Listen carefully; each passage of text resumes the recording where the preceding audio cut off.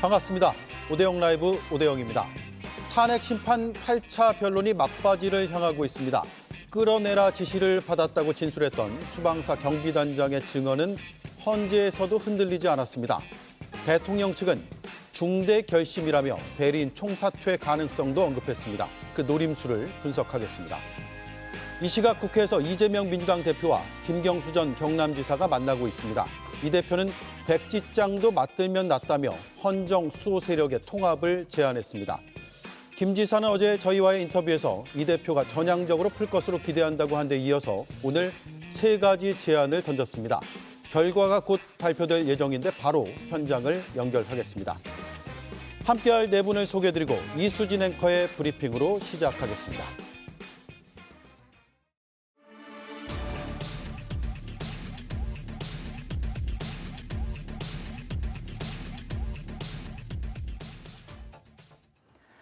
네, 지금으로선 마지막 증인이죠. 조성현 수방사 경비단장에 대한 신문이 진행되고 있습니다. 헌재가 직접 증인 채택했는데 이거에 대해서 어떻게 생각하세요? 국회에서 의원들을 끌어내라라는 지시를 이진우 사령관으로부터 하달받았던 인물입니다. 끌어내라 지시 받았지만 이행하지 않았다. 조성현 단장의 이런 진술은 오늘 법정에서도 바뀌지 않았습니다. 이런 가운데 오늘도 윤 대통령은 핵심 증인의 신뢰성을 흔들었는데 이 방식이 좀 독특했습니다. 제가 전화를 딱 받아보니까 홍장원 1차장 목소리가 저도 반주를 즐기는 편이기 때문에 딱 제가 보니까 벌써 술을 마셨어요. 본인도 인정했고. 그래서 원장 부재 중인데 이 친구가 이렇게 벌써 사람들 만나서 이게 좀 문당지 않다고 판단했기 때문에 대통령은 무려 18분 동안 혼자 이야기하면서 홍장원 전 국정원 1차장의 진술에 대해 의문을 제기했는데요. 이 말이 끝나고 대통령 측이 다시 발언권을 달라고 하자 재판관은 이런 반응을 보였습니다. 재판장님 발언권 좀 주실 수 있으시겠습니까? 발언을 하셨지 않습니까, 지금? 홍장원에 대해서 다시 저희가 주신문으로 시간 제한 없이 증인으로 신청하는 바입니다. 제가 서두에 홍장원에 대해서 재판부 평의를 거치겠다는 말을 안 했나요? 다시 한번 말씀드리는 바입니다. 네, 평의를 거쳐서 답을 주십시오. 휴정하고 오후 2시에 속개하겠습니다.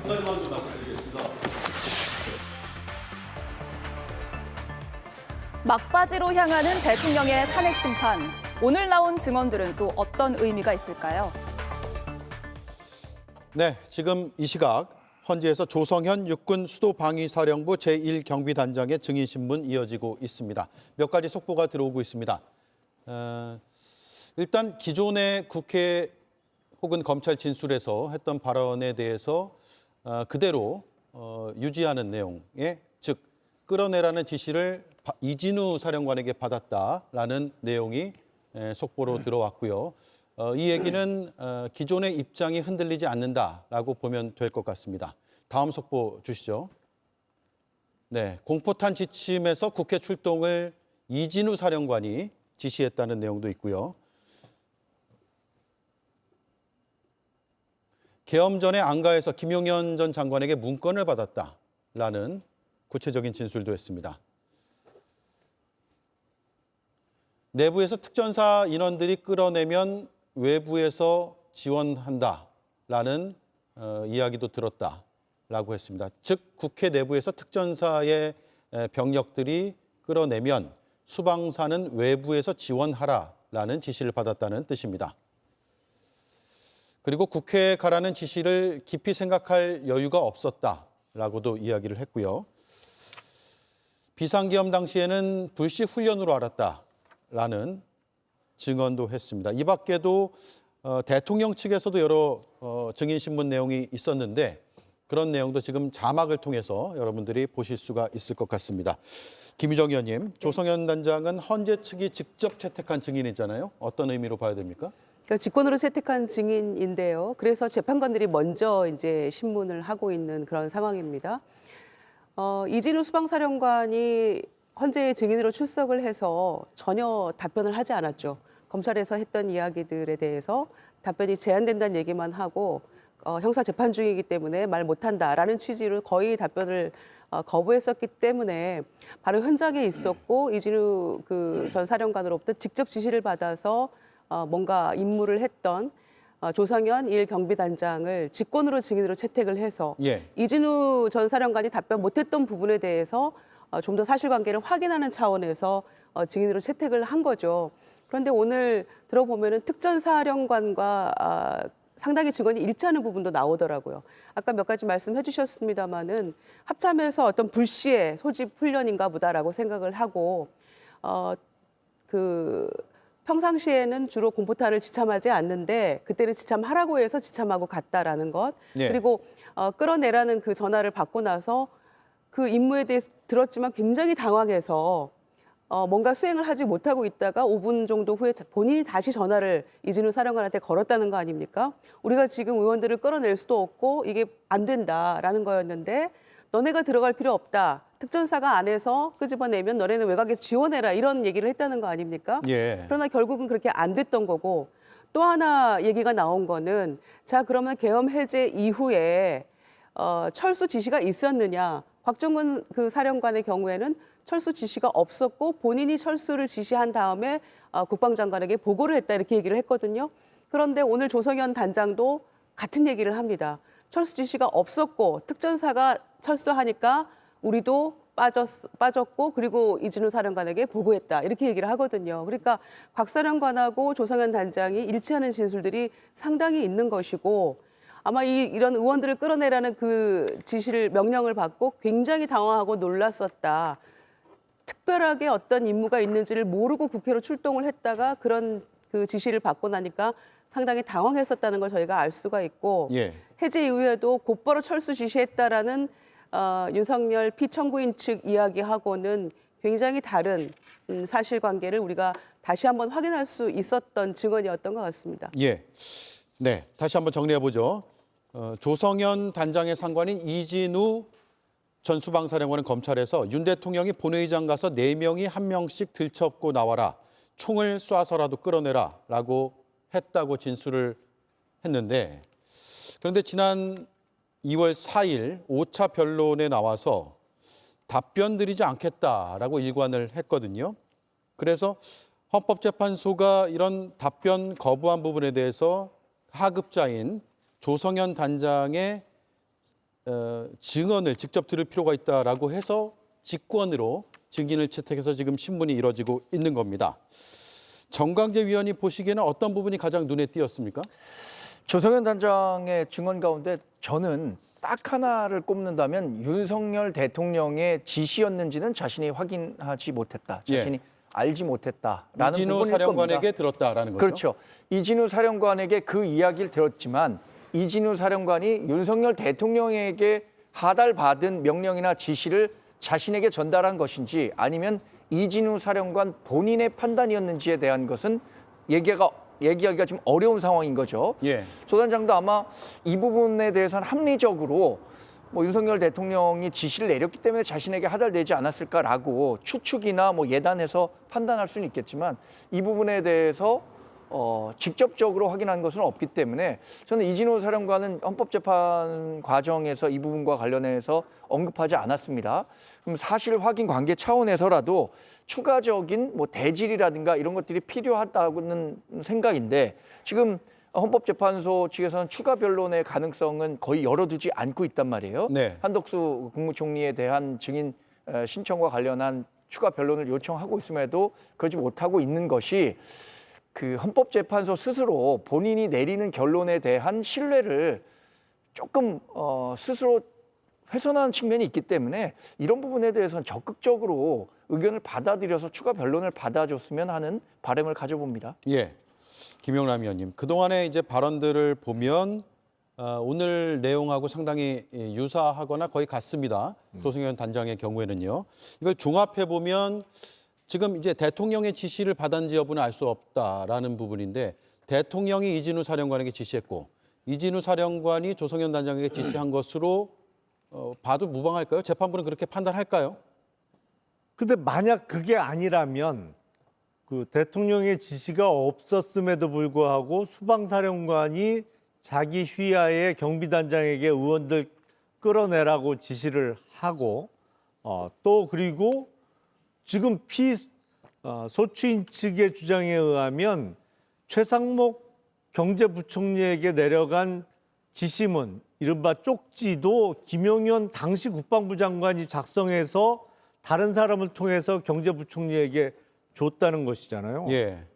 아니 이거 하극상이죠. 국무위원 서열로 봐도 한참 밑에 있는 국방부 장관이 자기보다 선순위의 경제부총리에게 이렇게 뭐뭐 할 것이라는 지시문을 내려보내고 수방사령관이 대통령의 지시도 없었는데 의원들을 끌어내라고 했다고 하면 우리나라 시스템이 윤석열 정부 들어서 완전히 망가졌다는 얘기밖에 안 되는 건데 예. 상식적으로 그런 일은 일어날 수 없는 거죠. 그러니까 지금 비상계엄을 선포하고 사실상의 지금 헌재 재판은 내란 수괴 혐의에 대한 재판은 아닙니다만 사실은 비상계엄 선포가 내란 행위 또는 헌법과 법률의 중대한 위배 사유가 되느냐를 놓고 진행되는 심판에 있어서 상식과 어긋나는 주장을 계속하는 게 과연 무슨 도움이 될까 그런 생각이 듭니다. 예.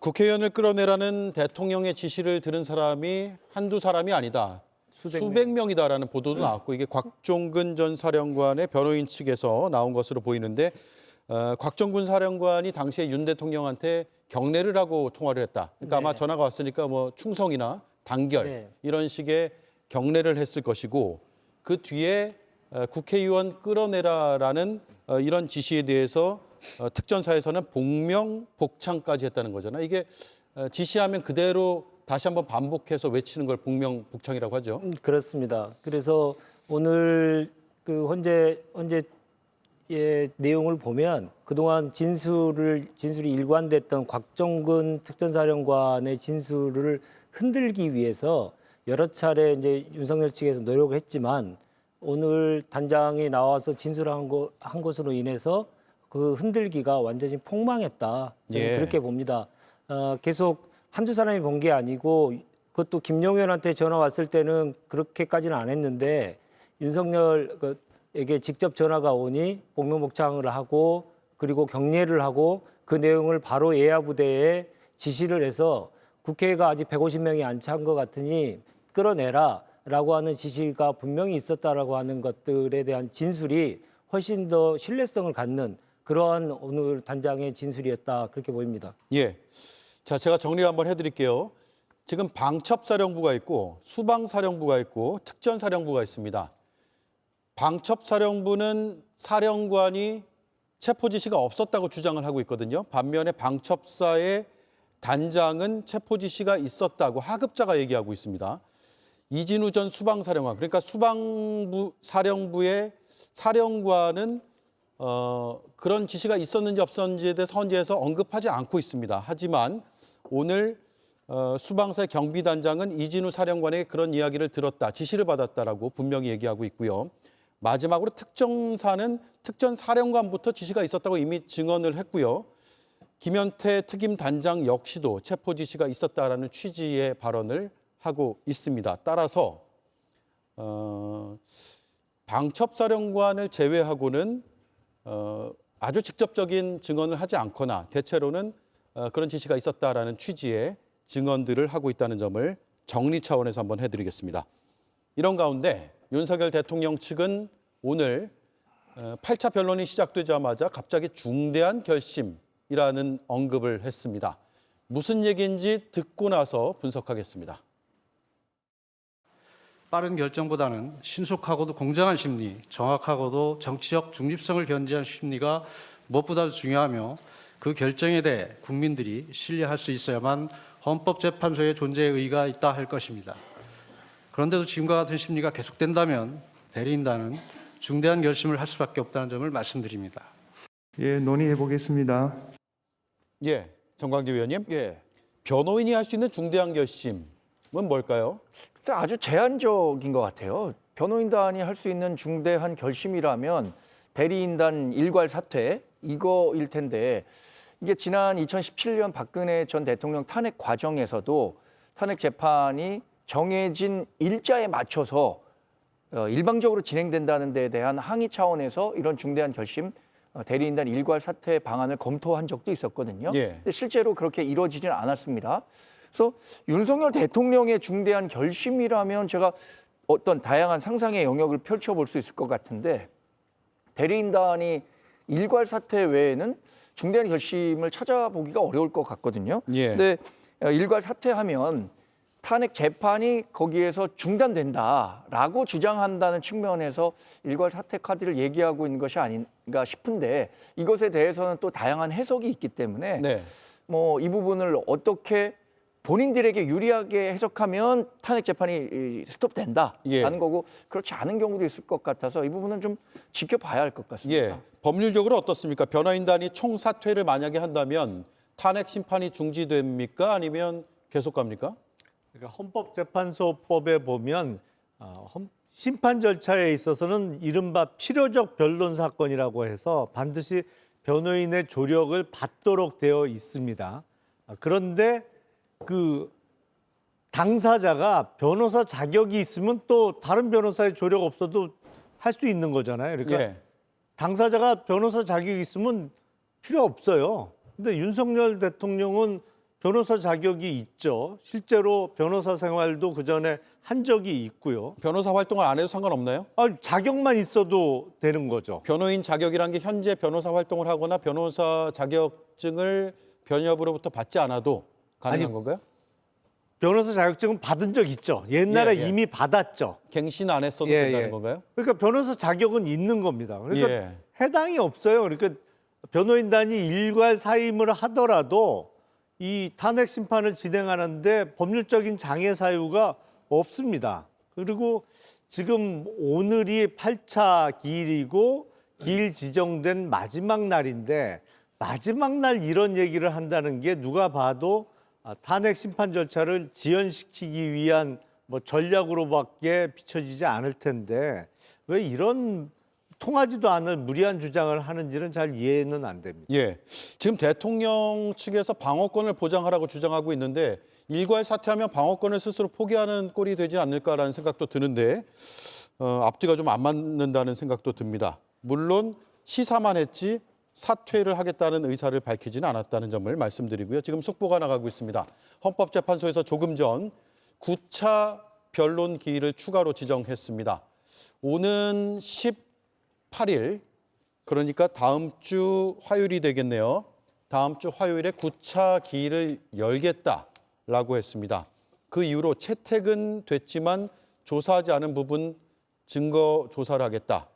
그 외에 주장과 일정 정리할 기회를 주겠다 등의 입장도 나가고 있고요. 어떤 내용인지 추가로 좀 봐야 될 것 같습니다만 그 외에 주장과 일정 정리를 할 기회를 주겠다. 이 얘기는 대통령 측에서 8차로 끝내면 안 된다라는 취지의 주장과 요구를 하고 있기 때문에 마지막으로 기회를 주겠다라는 것으로 읽히기도 하고요. 물론 헌재에서 어떻게 입장을 냈는지에 대해서는 전체를 봐야겠지만 일단 저 속보 자막으로만 보면 마지막으로 기회를 주겠다라는 취지로 읽히기도 합니다. 저거는 아마 이제 추가적인 증인 신문이 아니라 증거에는 사람이 증거가 되는 뭐 증인을 비롯한 이른바 인증이라고 하죠. 근데 그 외에 서류 등의 물적 증거도 있거든요. 근데 그 서류 등의 물적 증거로 채택해서 그거를 재판의 근거로 쓰려면 그 서류의 요지, 제목 내지는 무엇을 담고 있는 서증인지를 이제 고지하면서 증거조사 절차를 거칩니다. 예. 그거를 다음 주 화요일 날 하겠다는 취지로 보여요. 그래서 빠르면 그날 서증에 대한 증거조사를 하고 결심을 할 수도 있고요. 물론 결심 전에 피소추인 측의 최후 변론을 듣겠죠. 그리고 그게 아니라면 서증 절차가 조금 오래 걸린다고 하면 뭐 다음 기일인 다음 주 목요일 정도에 최후 변론을 듣는 순서로 진행이 되지 않을까 싶습니다. 예. 그러니까 다음 주 화요일이나 목요일쯤은 결심할 것 같은데요. 예. 헌재에서는 2시간씩 양측의 입장을 정리할 기회를 드릴 것이다 라는 입장을 냈다라고 하고요. 그리고 대통령 측에서는 18일, 그러니까 다음 주 화요일 구차 기일 이후에 추가 증인 채택 여부에 대해서 어떻게 되느냐라고 물었는데 문영배 소장 대행은 말씀 그대로 내일 평의를 진행한 후에 결정하겠다라고 발끈하면서 화를 내는 듯하면서 재판을 마쳤다라고 현장에 기자들이 전해온 내용입니다. 근데 관련해서 잠깐만 좀 말씀을 예. 드리면 문영배 헌법재판소장 권한 대행이 지금 보이는 재판 진행 과정에서의 태도에 대해서 예. 이게 전 국민적 신뢰를 얻어야 하는 재판임에도 불구하고 마치 한 방향으로 이게 정답이 정해진 상태에서 일방적으로 빠르게 진행하는 데에만 너무 열중하고 있는 것 아니냐라는 인식을 심어주고 있거든요. 예. 저는 헌법재판소 스스로 본인들의 신뢰를 높이기 위해서라도 지금 피소추인이 주장하는 바에 대해서 충분한 이야기를 경청할 수 있는 시간을 더 가져야 된다고 생각하고 일방적으로 진행하고 있다 이 말씀인데요. 뭐 그런 그 문제 제기를 하는 분이 뭐 전 국민은 아니겠지만 많은 분들이 거기에 동감하고 있거든요. 예. 그러면 스스로의 권위를 정말 확보하려는 노력이 중요하다고 생각합니다. 그렇다면 피소추인에게 억울한 점이 없도록 더군다나 이건 단심으로 진행되기 때문에 더 많은 기회가 주어져야 하는 것 아니냐라는 부분의 목소리를 좀 들어야 할 필요가 있다고 생각합니다. 그거에 대해서 반박을 안 할 수가 없는데요. 그렇게 해서 그런 주장을 할 거면 추가 증인을 선정을 하면 그 사유를 정확하게 밝혀야 될 텐데 그런 것들을 잘 하지 않으니 오늘 헌재에서 왜 추가 증인 신청을 더 하느냐, 구체적인 사유를 밝혀라 이렇게까지 나오고 있는 상황이거든요. 그러니까 마냥 헌재의 변론을 시간 끌기 하기 위해서 지금 계속 그 작전을 쓰고 있는데 그렇게 하게 되면 국가의 기본적인 헌정 질서 이것들이 계속 무너져가고 있는 모습들을 전 국민이 지금 애타게 지금 걱정하고 있는 거 아니겠습니까? 어떻게 마냥 계속 기다려달라고 하는 건지 계속 시간을 달라고 하는 건지 정말 염치가 없다 이런 생각이 듭니다. 근데 그 부분과 관련해서는 한덕수 국무총리에 대한 추가 증인 신청이 왜 필요한지에 대해서 충분히 설명을 했고 헌법재판소에서 평의를 거쳐서 내일 평의해서 받아들일지 안 받아들일지 결정하겠다고 했으니까 그 결과를 지켜봐야겠지만 윤석열 대통령 변호인단이 갖고 있는 의지는 명확한 거죠. 추가 증인 신문이 필요하다. 그러니까 국민의힘에서 지금 너무 서두르는 거 아니냐 뭐 이런 주장들을 계속하면서 어제 권성동 원내대표도 박근혜 대통령 당시에는 17차 기일까지 진행이 됐는데 왜 이번에는 조기에 끝내려고 하느냐 뭐 이런 주장도 했어요. 근데 박근혜 대통령 때는 탄핵 사유가 엄청나게 많았습니다. 그러니까 예. 탄핵 소추된 사유가 뭐 미르 재단 등을 비롯한 재단 설립 과정의 문제, 그리고 삼성에서 사줬다는 최순실 씨의 딸에게 줬다는 말과 관련해서 개입이 되지 않았느냐, 그리고 각종 인사와 관련해서 국정 개입이 있지 않았느냐, 뭐 논점이 엄청나게 많았어요. 그러니까 17자 기일까지 했던 것이고 이번에는 사실상 논점이 하나입니다. 12월 3일 밤에 이루어진 비상계엄 선포가 헌법과 법률의 중대한 위배 사유가 되느냐, 사실상의 이게 내란 행위로 볼 수 있느냐 여부에 하나의 쟁점을 놓고 지금 8번을 이미 한 거고 다음 주에 9번 기일까지 예정된 것이고요. 네. 그리고 기간으로 보면 노무현 대통령이 탄핵 소추됐을 때 최종 결정 기일까지 2달 걸렸습니다. 그리고 박근혜 대통령이 소추일로부터 3달 만에 헌재 결정이 나왔어요. 이번에는 12월 14일 날 탄핵 소추안이 국회에서 통과됐으니까 벌써 만 2달이 됐습니다. 예. 이제 결정하는 날까지 해보면 거의 석 달이 걸릴 거예요. 시기적으로 절대로 서두른 탄핵 심판 절차가 아닙니다, 이거는. 예. 심지어 생각해 보면 노무현 박근혜 그 두 전 대통령은 헌재 탄핵 심판에 나오지 않았어요. 그리고 변호인들 중심으로 진행이 됐었는데 지금 윤석열 피청구인의 경우에는 설마 본인이 저질러 놓은 일이 있는데 전혀 얘기가 다를 텐데, 왜냐하면 사령관들의 검찰 진술을 저희가 알고 있잖아요. 그런데 어떻게 민망해서 그런 마주보고 앉아서 그걸 가능할까? 안 나올 수 있겠다. 이런 추측들도 많이 했었거든요. 그런데 지금 계속 출석해서 본인이 불쑥불쑥 끼어들어서 할 만큼 얘기를 다 하고 있거든요. 그런데 무슨 방어권 보장이 안 된다 이런 얘기들을 해가면서 헌재를 흔들어 대는 것인지, 이를테면 문영배 그 소장 권한대행이 혼자서 결정하는 문제들이 아니잖아요. 예. 증인 채택부터 전부 다 재판관들 평의를 통해서 다 거쳐서 결정하는 거라고 몇 번씩 얘기를 하지 않았습니까? 그런데도 저렇게 억지 주장을 하는 것은 상당히 문제가 있다고 보여지고요. 여태껏 그 했던 이야기들을 저희가 한번 돌이켜 보십시오. 의원이냐 요원이냐 인원이냐, 호수의 달 그림자, 뭐 이런 얘기, 그다음에 야당이 박수치지 않아서 계엄한 것처럼 했던 이야기들 한번 보세요. 그게 뭔가 상식적으로 이게 성립이 안 되는 이야기들이 대부분이었잖아요. 예. 그런데 언제까지 그런 얘기들을 계속 들어야 할 것이냐의 문제도 있다고 생각되고요.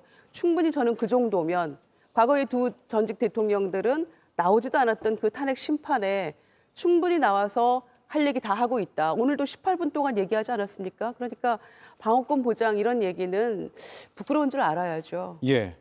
변론과 관련된 기간도 좀 말씀을 좀 꼭 드리고 싶은데, 예, 말씀하시죠. 노무현 대통령 때는 변론이 시작되고 나서 변론 종결까지 거의 한 달 정도 걸렸고요. 박근혜 대통령 시절에는 한 45일 정도 걸렸습니다. 그러니까 선고하기 전까지는, 선고는 더 많이 걸렸습니다만은 변론의 기간 자체가 45일 정도 됐다는 것이죠. 아주 복잡한 탄핵안 가지고도 45일 정도였는데, 이번은 대단히 좀 심플한 사건임에도 불구하고 현재 9차, 10차까지 만약에 간다면 최소 40일 정도의 변론을 하게 됩니다. 그러면 그 정도 된다면 충분한 방어권이 보장됐음에도 불구하고 계속 저런 억지 주장을 계속 하고 있기 때문에 국민들의 억장이 지금 무너지고 있는 것입니다. 예. 자, 정리를 해보죠. 헌법재판소가 양측의 입장을 정리할 기회를 주겠다라고 했고, 한 2시간씩 기회를 드리겠다라고 했습니다. 18일, 오는 화요일에 9차 기일을 지정을 했습니다. 그리고 나면 이게 마지막이 될 가능성이 커 보이네요. 왜냐하면 양측의 입장을 정리할 기회를 주겠다고 했기 때문에 이게 정리 수순이고, 9차 기일 추가 지정 이후에는 다음 주 화요일 이후, 그러니까 목요일 혹은 그 다음 주 화요일에 마지막으로 최후 변론이 있을 수도 있고 아니면 당일날 있을 수도 있는 것이잖아요. 어쨌든 2월 하순 다음 주 정도 되면 거의 마무리가 된다라고 우리가 보면 될 것 같습니다. 자, 오늘 여러 가지 오전에도 헌법재판소에서 이야기가 나왔는데, 제가 조태용 국정원장의 발언들 몇 가지 좀 말씀을 드릴게요. 일단 홍장원 메모 작성 시점에 공간이 아닌 청사 사무실에 있었다라고 주장을 했고요. 메모 종류도 하나가 아니라 4가지나 된다라고 하면서 신빙성의 문제를 삼았습니다. 그리고 조태용 원장과 윤 대통령의 발언과 기억이 좀 다른 부분도 있습니다. 통화한 시점인데 12월 5일이냐 4일 밤이냐 이런 내용들이 좀 엇갈립니다. 이 내용은 이 정도로 정리를 하고요. 그리고 또 하나 눈에 띄는 부분이 계엄 전날 조태용 국정원장이 김건희 여사와 문자를 주고받았다라는 내용에 관련된 국회 측의 질의가 있었습니다. 이 부분 들어보겠습니다. 증인 통화 내역을 보면 계엄 전날인 12월 2일 날 대통령 영부인으로부터 문자를 2통 받아요. 그런 내역이 있습니다. 그건 무슨 내용인지 기억나십니까? 금방 기억이 잘 안 납니다. 그 야당 의원하고 1차장하고 이 무렵에 연락 주고받은 게 이상하다고 의심을. 그렇게 접근을 하자면 계엄 전날, 당일날 영부인하고 문자 주고받은 거는 더 이상하지 않나요? 국정원장이 영부인하고 왜 문자 주고받습니까? 자주 있는 일은 아니었습니다. 네, 윤재관 의원께 먼저 드릴게요. 네. 죄송합니다. 윤재관 의원 얘기하다 윤재관 국정원장이라고 할 뻔했습니다. 국정원장과 영부인이 직접 이렇게 문자로 주고받을 일이 있을까요?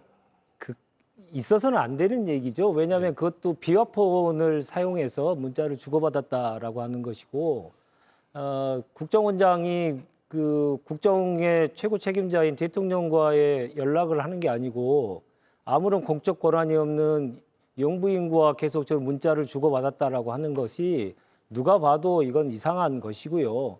특히나 조태용 원장이 얘기하지 않습니까? 자주 있는 일은 아니었다고. 그럼 자주 있는 일이 아니면 그 내용에 대해서 확실히 기억할 수 있죠, 사람이.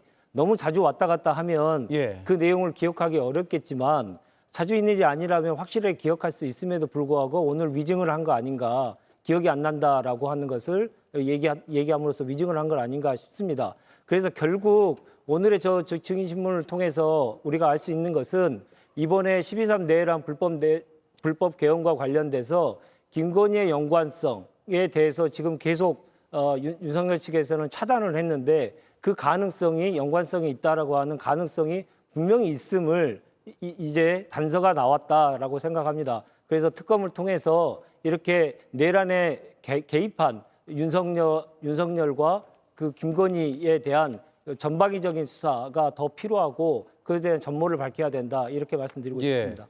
자, 이 문자를 주고받았다는 것에 대해서는 지금 주고받았다는 것 외에는 그 내용 자체가 공개된 적은 없기 때문에 해석과 추측만 있을 뿐이죠. 윤재관 의원은 영부인도 연관이 돼 있을 수 있다. 그래서 조사를 해야 된다 이런 입장이시고. 계엄 당일과 전날에 국정원장과 문자를 주고받았다고 하는 것은 예. 그 시기적인 특성도 당연히 있고요. 그 국정원장이 당연히 내란과 관련돼 있는 여러 가지 역할들을 했다라고 하는 것들이 지금 나오고 있지 않습니까? 그렇다면 비화폰을 왜 비화폰을 사용해서 국정원장과 그렇게 했을 것이냐? 그러면 떳떳하지 못한 일, 불법적인 일들에 대해서 김건희가 관여했을 개연성이 매우 크고 그 시기로 본다면 내란과 관련된 내용일 가능성이 매우 크지 않습니까? 그런 합리적인 의심을 가지고 특검을 통해서 진상을 밝혀야 된다 이렇게 생각합니다. 네, 다른 의견 있으신 분 있어요? 그러니까 자주 있는 일은 아니었습니다라고 답변하지 않습니까? 예. 그러면 적어도 처음은 아니었다는 얘기 아니겠어요? 그런데 대통령 부인과 국가의 최고 정보기관이 국정원장하고 무슨 문자를 그렇게 주고받을 일이 있었을까요? 그럼 과거에도 있었다는 게 되는 것인데, 그리고 빈번한 일도 아니었다면 특히나 12월 3일 밤에 계엄이 있었고 매우 특수한 상황에서 그 전날 두통의 문자를 받았는데 본인이 바로 답은 못했고 뭐 다음 날, 그러니까 계엄 날 문자를 답을 보냈다는 거 아니겠습니까? 네. 그런데 내용을 기억 못한다는 게 이거를 믿으라고 지금 답변을 하는 것인지 이게 상식적으로 이해 안 되지 않습니까?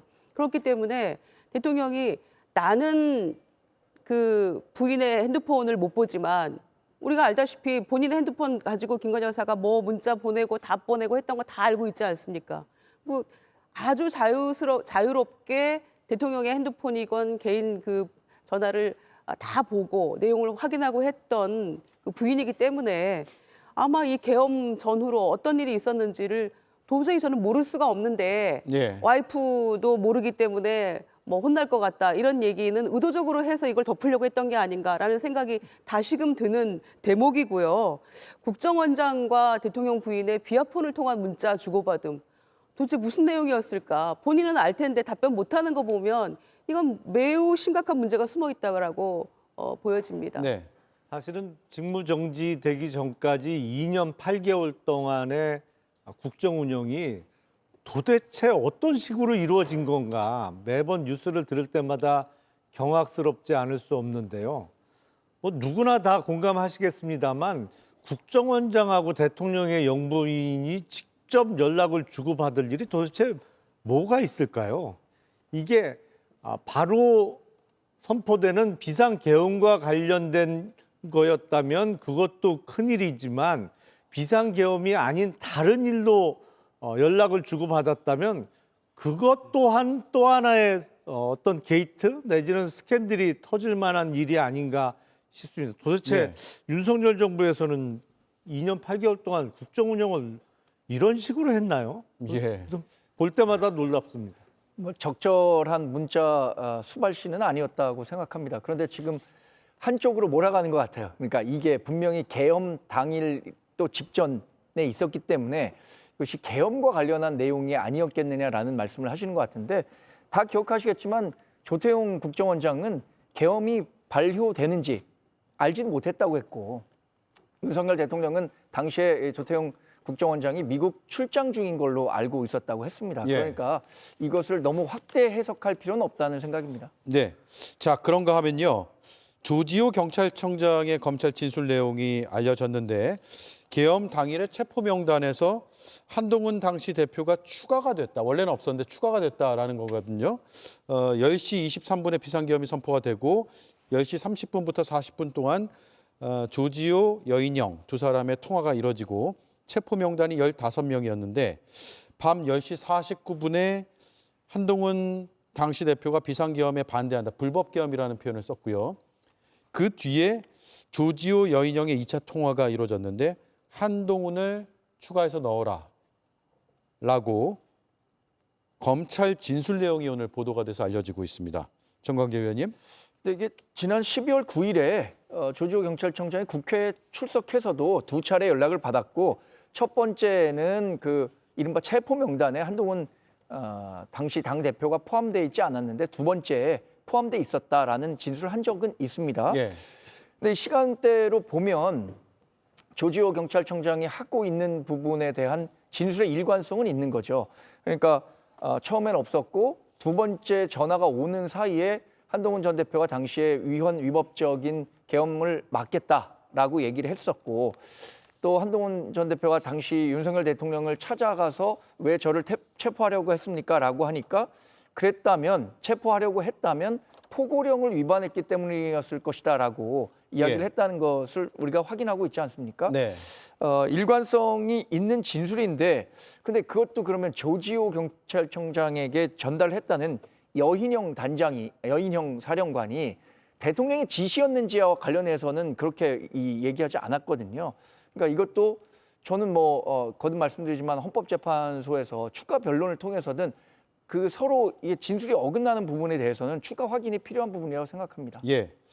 자, 조성현 단장의 답변에 대해서 대통령 측이 거짓말이라고 반박을 하고 이에 대해서 정영식 재판관이 조성현 단장의 답변은 앞뒤가 맞지 않는 것이 아니다라면서 조 단장의 답변을 옹호하는 듯한 발언도 했다는 속보도 지금 들어와 있습니다. 일단 조성현 단장은 통로 확보해줘라 라는 부분 검찰 조사를 띄어서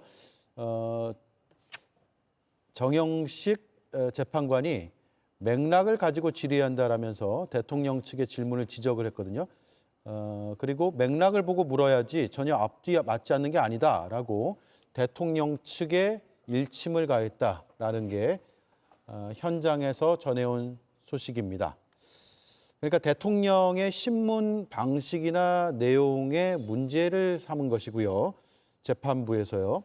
그리고 조성현 단장의 답변은 앞뒤가 맞지 않는 것이 아니다라고 판단을 하고 있다라고 보면 될 것 같습니다. 자, 이 헌재 특히 헌법재판관과 관련해서 오늘 굉장히 또 논란이 되는 일들이 있었어요. 이건 네 분의 의견을 다 듣고 이야기를 마무리할까 하는데 문영배 권한대행의 전화번호가 동창 온라인 카페를 통해서 유출된 것으로 알려졌는데 윤 대통령 지지자들이 문자 폭탄까지 보냈다라는 내용입니다. 이게 돈 없는 헌재 흔들기 아니냐 이런 지적들이 나오고 있습니다. 먼저 김인정 의원님, 이 부분 어떻게 보셨어요? 이게 정말 어떻게 이 동문 카페에 해킹을 한 건지 이 내용을 어떻게 알게 된 건지도 참 궁금합니다만은 예. 헌법재판관들 그리고 헌재를 향한 흔들기가 도를 넘었다라고 생각합니다. 실제 말로 선을 넘은 거죠. 그러니까 처음에는 그 재판관 기피 신청하다가 또 회피 촉구 의견서를 냈다가 이제는 개개인에 대해서 여러 가지 음해와 문제 제기를 합니다. 그러니까 이거 좀 과도하다라고 생각하고요. 특히나 이 동문 카페에서 그냥 자기도 모르게 초대될 수도 있는 것이고 그 카페에 여러 명이 지금 그 회원인 거 아닙니까? 예. 그런데 그런 누군가가 여기가 이제 음란물 카페도 아니고 거기 누군가가 올렸다 쳐요. 그런데 거기에 대해서 문영배 대행이 뭐 댓글을 달고 좋아요를 눌렀거나 뭘 봤거나 이런 것도 아니지 않습니까? 그런데 이거를 일일이 이렇게 어떤 방식으로 찾아냈는지 모르겠습니다만 이걸 찾아내서 여기에 책임을 덮어 씌우는 것은 정말 너무 심하다고 생각합니다. 그러니까 문영배 그 재판관도 빨리 경찰이 적극적으로 이걸 수사해 달라라고 하는 거 아니겠습니까? 그래서 국민의힘도 계속해서 헌재에 가서 흔들게 하고 있고 막 항의하고 있고 그다음에 변호인 측도 그렇게 얘기를 하고 있는데 이거 좀 너무 과도한 게 아닌가 싶습니다. 네. 그리고 충분히 할 얘기 하고 있다고 보여지거든요. 예, 김용남 의원님. 지금 불만이 있더라도 기본적으로 국가 시스템을 망치려고 하면 안 됩니다. 근데 지난번에 서부지법에 대한 습격 사태도 있었습니다만 이제는 심지어 우리나라 최종적이고 최고의 사법 판단 기구인 헌법재판소의 구성원에 대해서 직접적으로 무슨 문자 폭탄을 한다든지 아니면 엉뚱한 시비를 걸어서 지금 흔들고 있는데 그게 어떤 사인도 아니고 우리나라의 공당에 또 주요 정치인들이 그러고 그런 거에 동조를 하는 듯한 발언을 하고 뭐 주장에 힘을 보태고 하는 게 정말 개탄스러울 수밖에 없습니다. 근데 그렇다고 대한민국의 시스템이 흔들리지도 않겠지만 적어도 흔들려는 시도에 공인이라면 어떤 공적인 지위에 있는 사람이라면 오히려 그걸 못하게 하고 꾸짖고 막아야 되는데 동조하고 있는 게 정말 이해가 안 됩니다. 예, 오늘 나경원 국민의힘 의원은 문대행의 즉각 사퇴를 촉구한다라는 내용의 페이스북 글을 올렸습니다. 대한민국 최고 헌법수호기관의 수장 문대행이 2천여 건의 음란물이 난무하는 동문카페에서 활발히 활동했다는 충격적인 사실이 드러났다. 이렇게 글을 올렸고요. 문영배 권한대행의 입장이 헌재를 통해서 나왔습니다. 해당 카페는 동창 온라인 카페고 경찰은 적극적으로 수사해 주길 바란다. 카페 해킹에 대한 철저한 수사도 바란다라고 입장을 냈습니다. 정광재 위원님, 윤재관 위원님 차례로 듣겠습니다. 뭐 판사 개인의 개인 정보가 유출돼서 판사에게 이런 문자 폭탄을 보내는 것이 결코 바람직한 일은 아닙니다. 저는 이게 뭐 폭력이라고 하는 것이 반드시 물리적인 행위가 있어야 폭력이라고 생각하지는 않습니다. 비물리적 폭력도 존재하고 헌법재판관은 법률과 양심에 따라 판단을 하게 돼 있는데 이 부분에 대해서 그 영향을 주려고 하는 이런 폭력적 행위에 대해서는 강력히 반대합니다. 그러나 이 문영배 재판관이 아까 나경원 의원이 제기했던 것처럼 본인이 속해 있는 곳에서 그렇게 다양한 음란물이 유통되고 있었음에도 불구하고 헌법 판사로서의 그 어떤 품위를 유지하지 않았다는 부분에 대해서는 이번 헌법재판 결과를 차치하고 나중에라도 반드시 책임을 물어야 할 부분은 있어야 한다고 생각합니다. 헌재 결정에 대한 불복을 예고하는 작태들이 지금 국민의힘에서 계속되고 있죠. 그래서 지금 문영배 재판관에 대한 이 공격, 사법 테러를 예고하는 이런 공격들은 문제는 정말 국민의힘에 있다 생각합니다. 과속 페달을 밟고 있다고 허무맹랑한 주장을 하고 있는 원내대표가 있지 않냐면 여러 대권 주자들은 뭐 궁예 재판이니 뭐 헌법 도망소니 이런 아무 말 대잔치를 계속하면서 계속 헌재를 공격하도록 국민의힘 소속 의원들이 계속 부추기고 있고 지도자들이 부추기고 있는 것입니다. 그게 가장 큰 저는 문제라고 생각하고 지금 탄핵 반대 집회에서 어떻게 하고 있는지 아십니까? 헌법재판관 이름을 호명하면서 밟아 이렇게 계속 호명하고 그래서 계속 외치고 있는 상황이에요. 그리고 문자에 전화번호 헌법재판관들의 전화번호를 공개하면서 문자 테러를 사주하고 있어요. 이렇게 그분들이 그렇게 할 수 있었던 배경은 어디입니까? 뒷배경은 어디입니까? 국민의힘 아닙니까? 국민의힘이 대한민국의 헌정 질서를 지키기 위해서 헌법재판소의 그 절차를 잘 이행하기 위한 노력은 하지 않고 계속적인 공격을 하니까 그분들이 대놓고 헌법재판관들을 밟아버리자 이렇게 백지에 대해서 얘기하고 있는 거 아닙니까? 그래서 문제는 국민의힘이다. 다시 한번 강조드리고 싶습니다. 네. 자, 여기까지 하죠. 다음 이슈로 넘어가겠습니다. 이수진 앵커 브리핑 듣겠습니다. 민주주의를 지키기 위해서는 민주당과 함께 하고 싶어하는 분들이 꽤 있는데 그런 분들이 돌아올 수 있는 길이 있어야 되지 않겠습니까? 예. 문호가 열려야 될 거고요. 서운함이 있거나 실망하신 분들이 있을 텐데 그런 분들을 어떻게 또 보듬고 갈 거냐. 예. 그런 것도 되게 중요하지 않겠습니까? 예. 통합의 민주당을 만들어달라는 요구 속에 이재명 대표와 김경수 전 지사가 조금 전 만났습니다. 그 장면 잠시 보시죠. 우리 지사님 다시 이렇게 국회에서 만나 뵙게 돼서 정말 반갑고 다행입니다. 대한민국이 다시 우뚝 서는 그 길에 우리 김 지사님 함께 손잡고 같이 가길 기대합니다.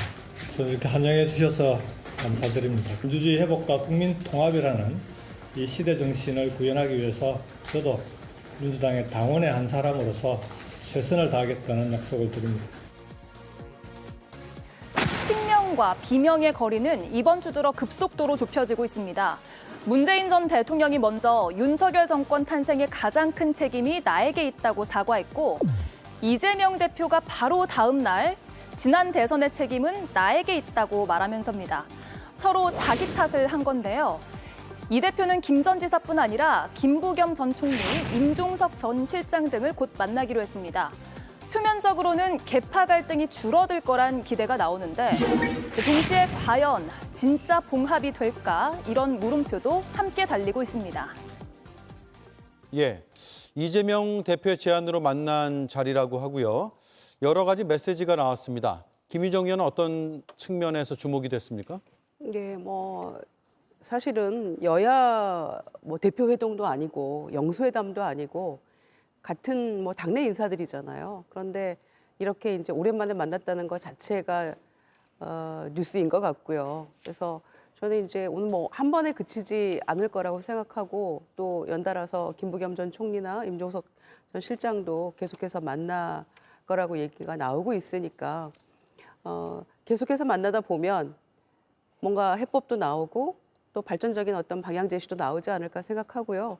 특히 헌정 수호 세력이 힘을 합쳐야 된다 이런 얘기를 이제 이재명 대표가 했고 만남을 제안도 했었기 때문에 그 부분에 방점이 있다고 저는 생각합니다. 예. 그래서 지금 이 상황에서는 어떻게 해서 헌재에서 파면 인용을 끌어내고 또 그리고 이제 다가오는 대선에서 힘을 합쳐서 정권 교체를 이루어내는 것 이제 그게 가장 중요한 이슈가 아닐까라고 생각을 하고요. 네. 그런 점에서 오늘 만남은 그동안 이제 최근에 쓴소리도 많이 하고 했었는데 다양한 일이라고 생각합니다. 그런데 어떤 방향을 모색할 수 있을까? 그래서 생각해 보건대 몇 번의 만남은 더 거듭돼야 될 것 같기도 하고요. 김경수 지사가 얘기하는 게 팬덤 정치, 폐해를 극복해야 된다, 여러 얘기를 하고 있고 당의 어떤 근간이 되는 정책이나 입장을 바꿀 때는 오프라인에서의 어떤 소통이나 그 토론의 수기 과정이 필요하다 이런 얘기 다 좋은 얘기입니다. 그런데 예. 저는 어쩐지 그게 대선 경선 룰에 대한 이야기를 하고 있는 게 아닐까. 저는 그런 생각이 먼저 들었습니다. 예.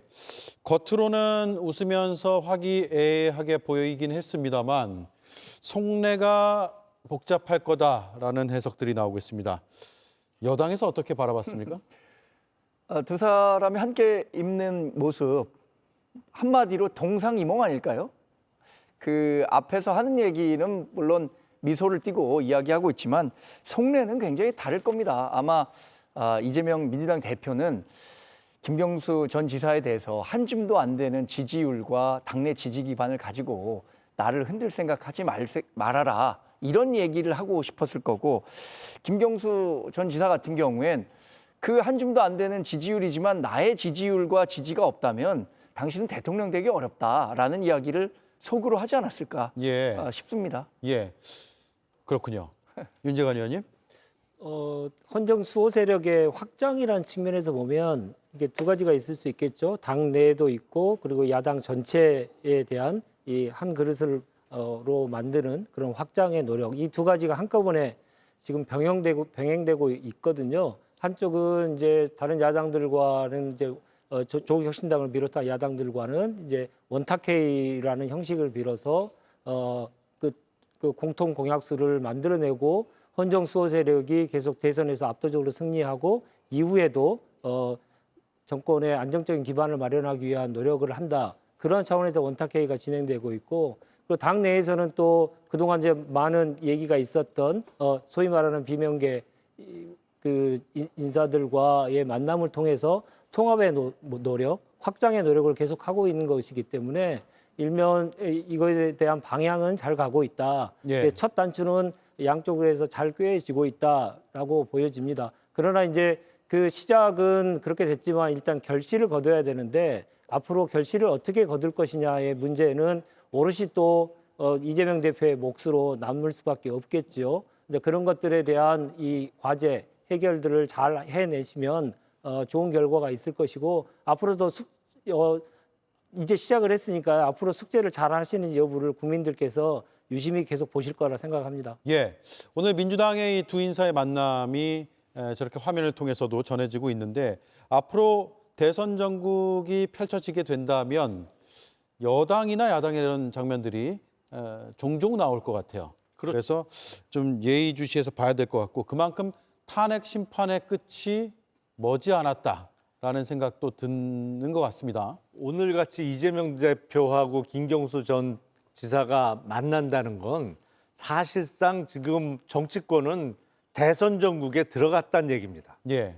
사실 선거가 임박하지 않으면 저렇게 만날 일도 없어요. 그러니까 뭐 아무리 비판을 하고 비난을 해도 무시했겠죠. 평소 같으면. 하지만 이제 선거가 임박해 오기 때문에 후보가 되려는 사람은 선거판에서는 누가 뭐래도 을 중에 을이 될 수밖에 없거든요. 그러니까 싫은 소리 하더라도 아쉬우니까 만나야 되는 거예요. 만나서 이런저런 얘기도 들어줘야 되는 것이고 점점 시간이 지날수록 물론 본격적이고 형식적으로는 헌재 탄핵 인용 결정이 돼야만 대선 일정이 확정되겠습니다만 사실상 지금 정치권은 대선 전국에 들어섰다 이미 뭐 이렇게 말씀드릴 수 있을 것 같습니다. 예, 알겠습니다. 이 이슈는 이 정도로 정리를 하고요. 그다음 명태균 특검 얘기를 해야 되는데 이수진 앵커가 정리하겠습니다. 네, 이번에 그 명태균 특검에 찬성하는지 네. 반대하는지 네. 기자들이 국민의힘 의원실 찾아가서 물어보면 됩니다. 만약에 예. 반대하거나 대답 안 하고 도망가는 사람들이 있으면 네. 그자들이 명태균 사단입니다. 그래서 반대하는 사람, 도망가는 사람 명단을 예. 알려주면 예. 명태균 씨가 그자들에 대한 에피소드를 알려준다고 합니다. 명태균 씨 측은 특검법 통과를 주장하며 압박 수위를 높이고 있습니다. 그러면서 이 법안을 공개적으로 반대하고 있는 권성동 원내대표 일화부터 꺼냈습니다. 이 지난 대선 과정 중에서 대사가 사건이 일어났을 때 권성동 씨가 김건희에게 좀 자제해달라 이렇게 말을 했어요. 김건희 씨가 갱노를 했답니다. 당시에 권성동 그 배우자가 예. 아크로비스타 출입 금지 등이 내려졌고 방문하지 못했다.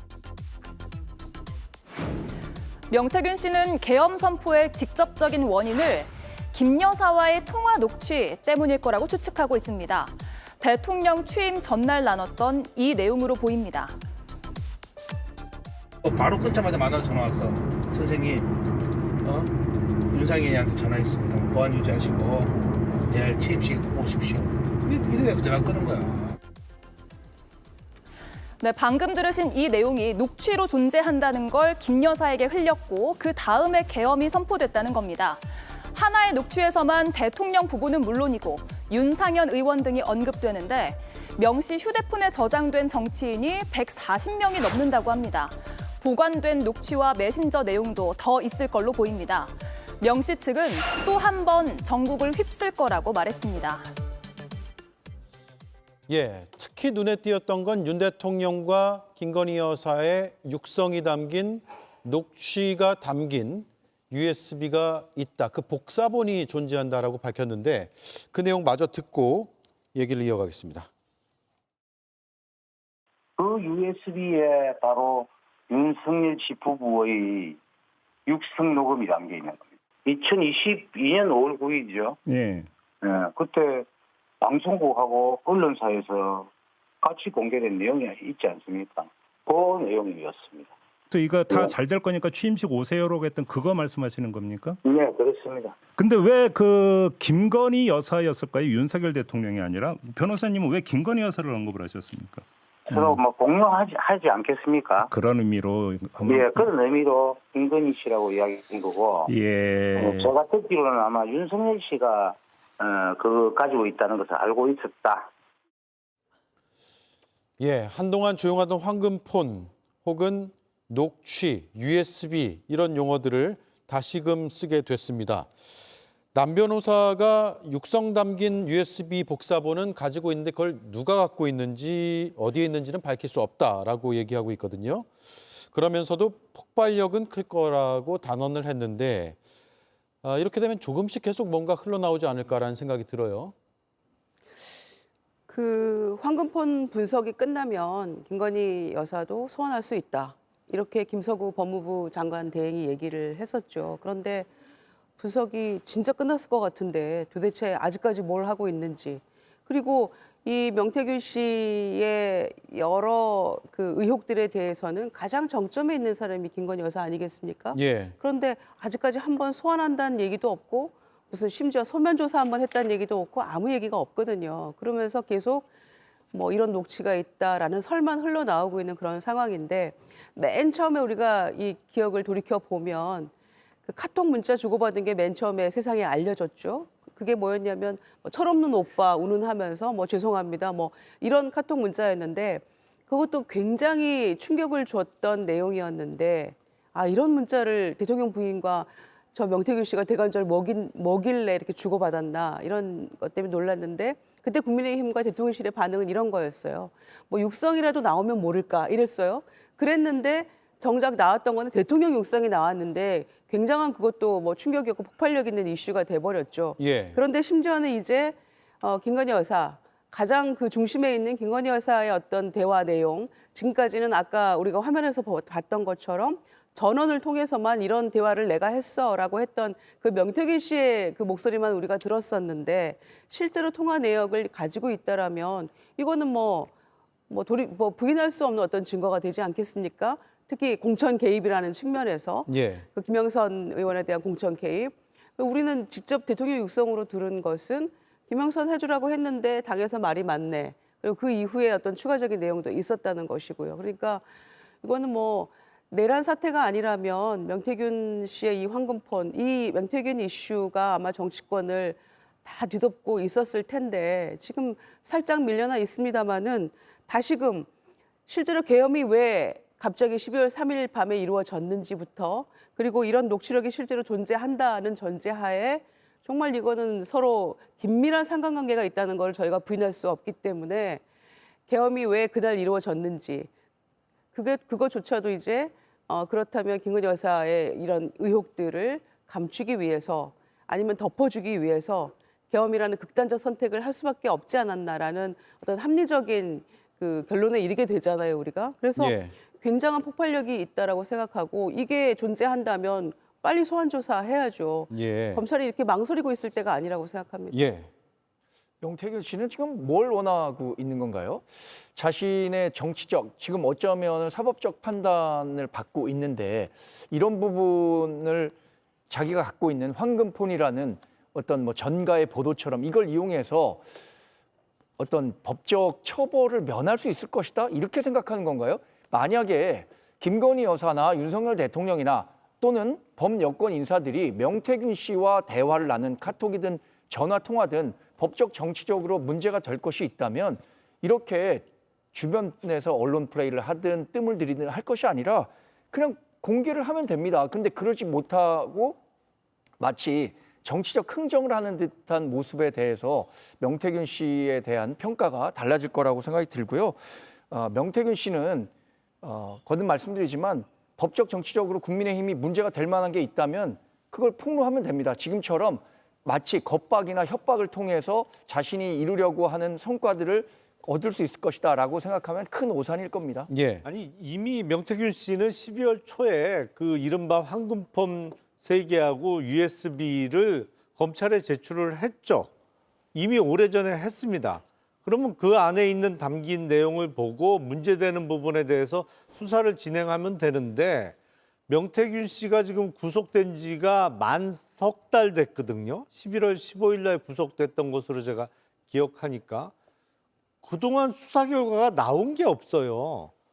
그러니까 이게 검찰에 제출을 했는데 수사 부분에 대해서 함흥차사다 보니까 이제 변호인을 통해서 저런 얘기를 하는 거죠. 그러니까 정말로 나만 나쁜 사람이냐 아니면 정치권에 지금 나하고 그동안 어떤 연관되면서 옳지 못한 일을 했던 사람들이 시침이 뚝대고 자신은 깨끗한 척하고 있는 사람들이 있는 거 아니냐 이런 문제 제기를 당연히 할 수 있는 상황이 만들어진 것이죠. 그동안에는 이제 검찰 수사를 좀 기다리거나 예. 지켜봤는데 이게 잘 안 되니까 이제는 안 되겠다라고 판단했을 수 있다 말씀이네요. 그럼요. 네.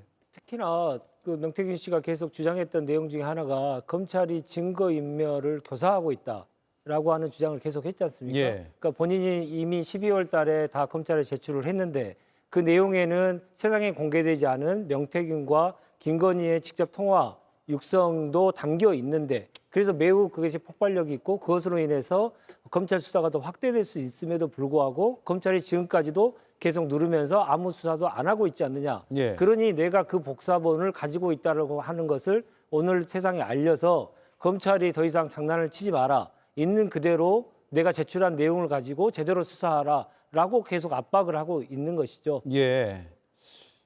근데 명태균이 저런 주장을 한다고 해서 자신에 대한 사법, 지금 정치자금법 위반인가요? 이런 것들을 처벌을 면할 수는 없는 거 아니에요? 그럼요. 사실은 제가 알기로는 명태균 씨가 본인이 구속되기 전에는 그러니까 명태균 게이트가 터진 게 작년 9월 5일경인데 그 이후에 10월, 11월까지는 이른바 좀 거래를 통해서 최고 권력층과의 어떤 딜을 통해서 본인의 사법적인 문제를 해결하려고 노력했던 것으로 알고 있습니다. 근데 어쨌든 본인이 구속이 됐단 말이에요.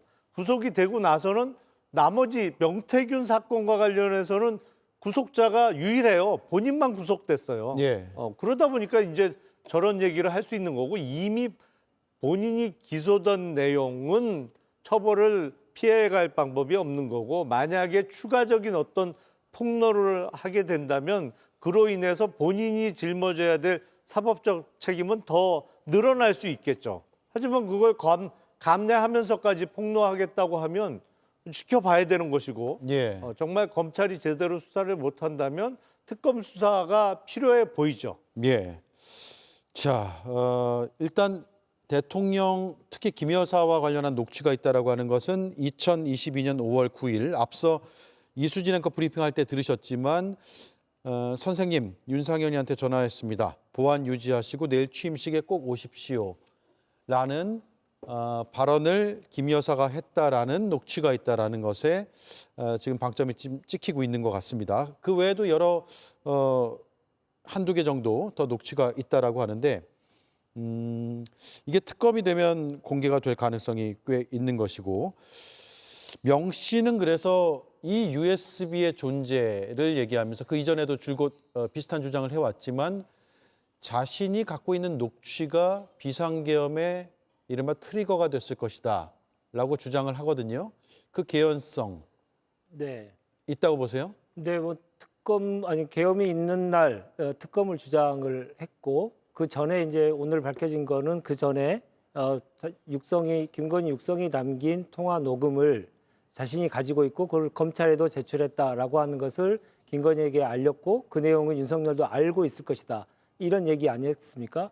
12월 3일 이전으로 돌아가 보면 명태균 게이트에서 제일 중요했던 이제 통화의 녹음의 핵심은 윤석열 대통령의 통화 녹음만 밝혀졌었거든요. 공개됐었거든요. 예. 그래서 그때 계속 나온 얘기가 뭐냐면 명태균과 김건희가 직접 통화한 내용만 나오면 게임은 끝나는 것이다 라고 우리들이 다들 예상을 했었던데 그 내용이 안 나왔었습니다. 그러나 그것은 분명히 존재했고 그 존재했다는 사실을 계엄 전에 김건희에게 알렸다는 것이기 때문에 김건희의 입장에서 보면 이게 세상에 드러나고 나면 본인이 얼마나 공천 개입을 했고 국정 개입을 했는지 얼마나 많은 불법을 저질렀는지가 세상에 다 드러날 수 있기 때문에 이것을 막기 위해서 사건을 덮기 위해서 비상계엄을 했을 것이다라고 하는 합리적인 추측이 가능한 것이죠. 그런 내용들을 오늘 계속적으로 얘기를 한 것이라고 보고요.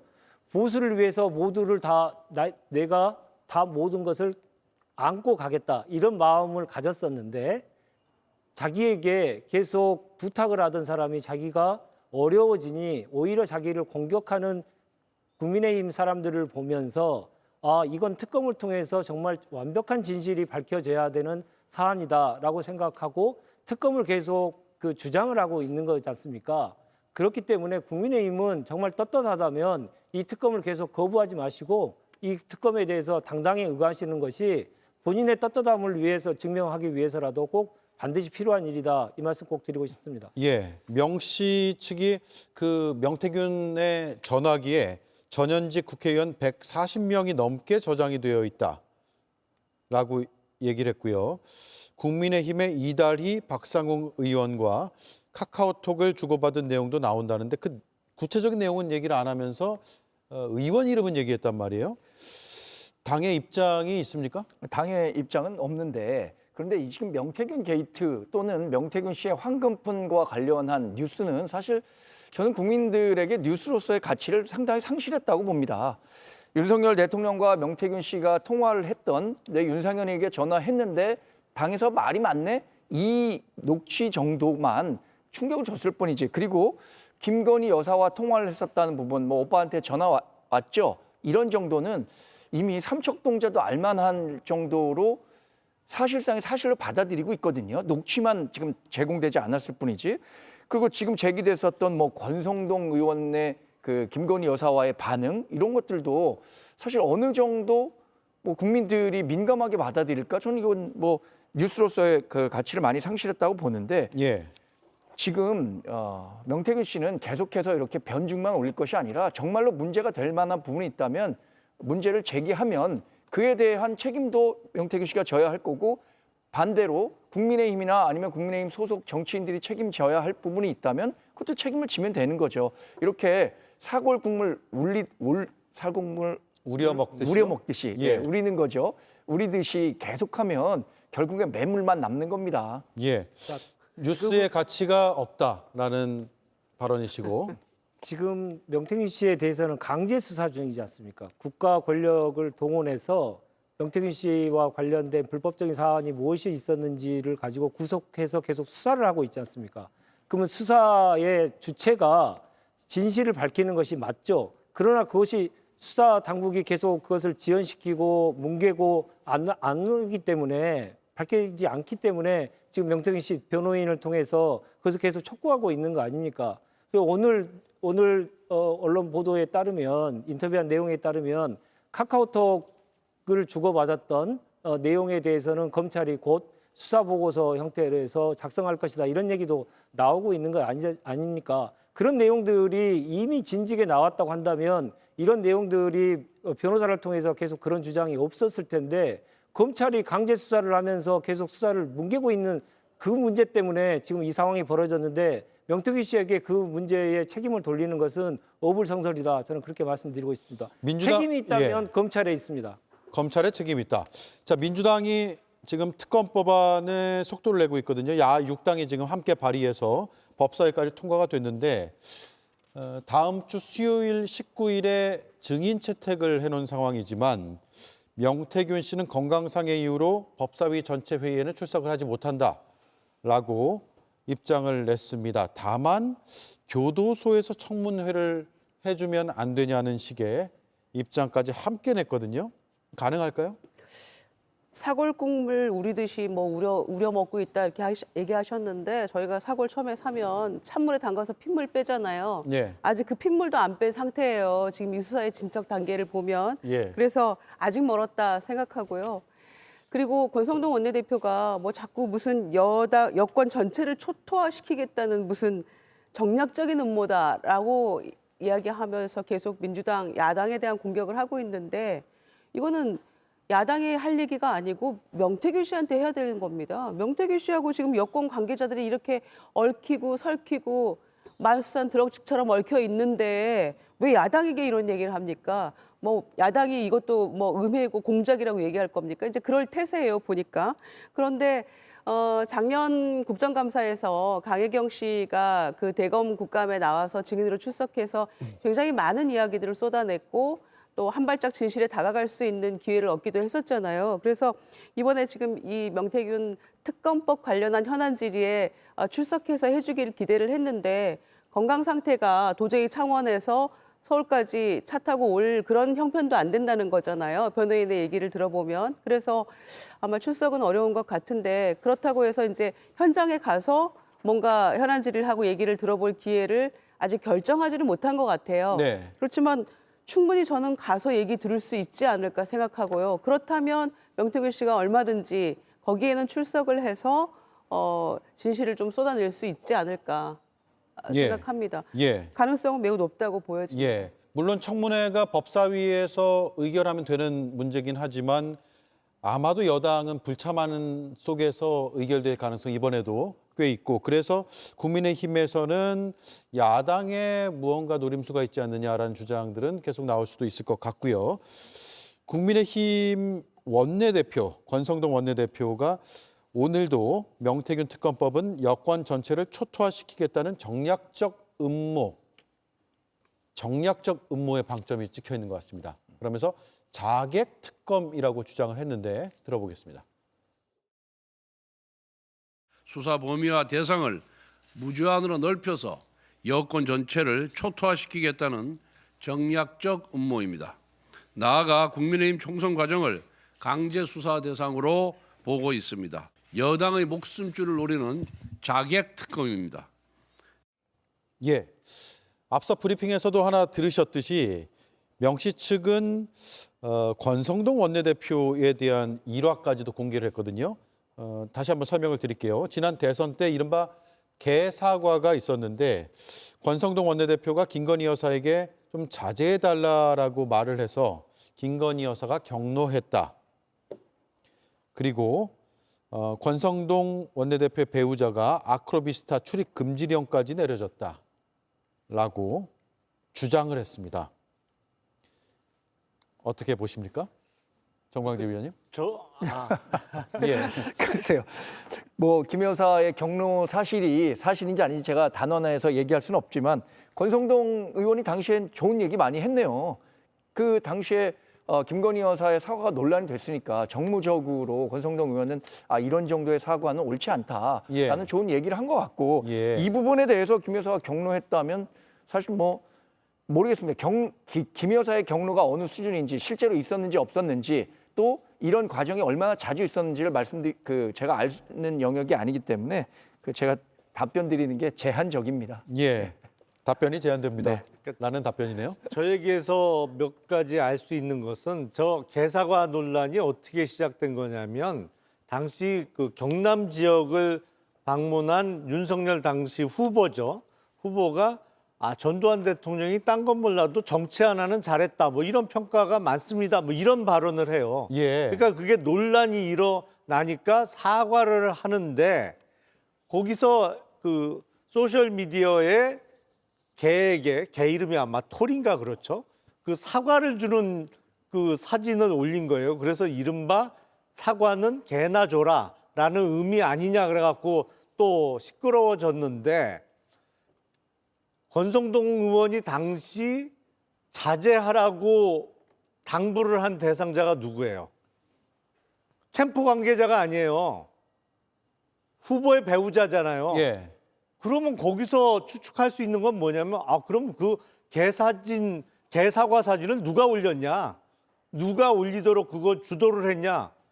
배우자였던 것이죠. 예. 그 사실에서 알 수 있는 거는 왜냐하면 개사과 논란이 일어나니까 자제를 당부하잖아요. 그러면 개사과 그 사진을 SNS에 올린 건 역시 배우자였구나.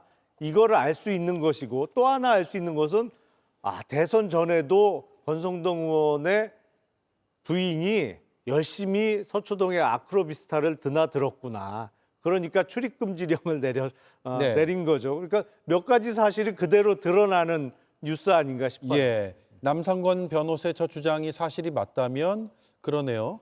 그 개사과 사건 때 왜 김건희 여사에게 자제를 부탁을 했는지, 거기에서 이제 캠프가 그런 공보 쪽에서 뭔가를 올린 게 아니라 김 여사가 올린 것이다라고 판단했다라는 점을 추측해 볼 수 있다는 말씀이네요. 네, 앞서 윤재관 의원이 잠시 언급해 주셨지만 명태균 씨가 오세훈 서울시장, 홍준표 대구시장 향해서 굉장히 날선 발언들을 이어가고 있는 것 같습니다. 누구 덕에 시장이 됐냐라고 반발하는 내용도 있고요. 그리고 뭐 선거 비용 이런 내용까지 나타나고 있는데 자신이 모든 것을 안고 가려고 했다. 보수를 위해서. 하지만 이제는 그럴 수 없다라는 취지의 글들을 올렸습니다. 아직 당사자들은 입장이 안 난 것 같고 당사자들의 입장이 나오면 저희가 오늘 방송이 아니더라도 반론은 전해드리도록 할게요. 그런데 이런 흐름을 보면 결국 이게 대선 전국에서 뭔가 굉장히 이슈가 될 것 같다라는 생각은 들어요. 예, 상당한 타격이 될 것 같죠. 그런데 이거는 다시 말씀드리지만 민주당이나 야당이 이걸 만들어낸 게 아니잖아요. 그리고 이거는 어쩔 수 없이 그냥 물처럼 흘러가게 돼 있는 것 같아요. 네. 그리고 오세훈 시장도 뭐 어제는 개헌 토론회도 했는데 어젠가 그젠가요? 굉장히 많은 한 절반 정도 되는 의원들이 왔다는 거 아닙니까? 마치 대선 출정식 같은 분위기였다고 하는데 홍 시장도 그렇고 오 시장도 그렇고 전부 다 본인들은 일단 물밑에서는 다 뛰고 있는 거 아닙니까? 대선을 위해서.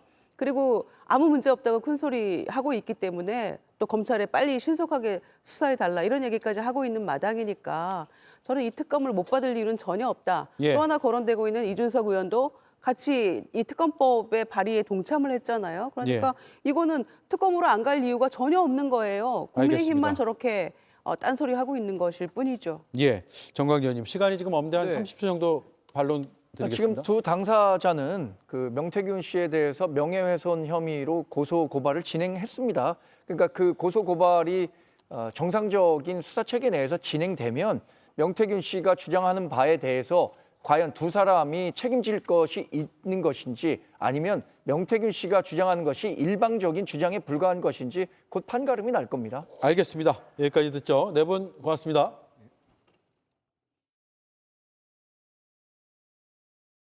Mr. President, your inner circle has been compromised. I dedicated my entire life to this job. 모두를 열광시킬. I know what it's like to feel you have something to prove. 새로운 캡틴. 역대급 액션. 압도적 전율. I'll show the world I've changed. Really changed. 캡틴 아메리카 브레이브 뉴월드. 절찬 상영 중. 정수기 바꿨네. 커피 정수기야. 처음 봤지? 커피 정수기? 거짓말. 진짜네. 정수기에서 커피가 나와. 알아도 돼. 정수기에서 커피가 커피 정수기 휘카페 청원 아이스. 레드 카멜리아 추출물을 함유한 포뮬러가 피부를 효과적으로 케어해줍니다. 하나의 에센셜 크림. 날마다 피부는 더욱 탄탄해 보이며 어린 생기로 빛납니다. 새롭게 선보이는 플럼핑 효과. 니메호 안드 샤넬 크림. 변호사 전원 사퇴, 대리인단 전원 사퇴가 맞습니까? 저희들이 그렇게 말씀드리긴 좀 어렵고 뭐 여러 가지 변호사가 할 수 있는 중대한 결심이라는 게 뻔한 거 아니겠습니까? 박근혜 전 대통령 대리인의 2017년 1월 발언입니다. 탄핵 심판이 종반을 향하는 중에 갑자기 중대 결심, 다시 말해 대리인단 전원 사퇴를 언급한 겁니다. 탄핵 심판을 중지시켜 시간을 벌 수 있다는 계산이 깔렸던 걸로 해석이 됐습니다. 하지만 당시 팩트체크의 결론은 그렇더라도 탄핵 심판이 멈추기는 어렵다는 것이었습니다. 일반 사인의 경우엔 대리인이 없으면 심판이 안 된다는 법 규정이 있지만 대통령은 사인이 아닌 국가기관으로 봐야 한다는 헌법 전문가의 분석과 헌재의 결정례 등이 근거였습니다.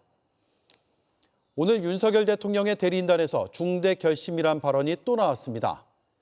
비슷한 시기에 비슷한 상황에 비슷한 표현이 왜 또 등장한 건지 8년 전의 경험칙으로 그 이유를 어느 정도 헤아릴 수 있습니다. 앵커 한마디였습니다. 건강한 뼈는 단단한 뼈를 말하는 거죠. 뭐? 그런 당연한 소리를. 그럼 그대로 챙기시죠. 단단하게. 기능성 원료인 유단백 추출물 인체 적용 시험 결과 골밀도 골강도 증가 확인. 약해진 뼈를 단단하게. 뼈엔 MVP. Gone. The night's morning and I have no Nespresso coffee.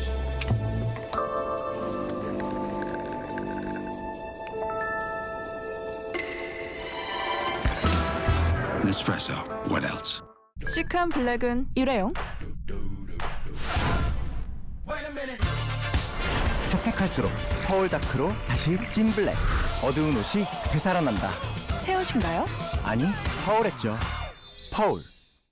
성적인 접촉으로도 HPV에 감염될 수 있다. 발병 시 4개의 암을 유발할 수 있다. 암 예방, 더 이상 미룰 순 없으니까. 가다실 9. 네, 오대영 라이브 마치겠습니다. 내일 뵙겠습니다. 고맙습니다.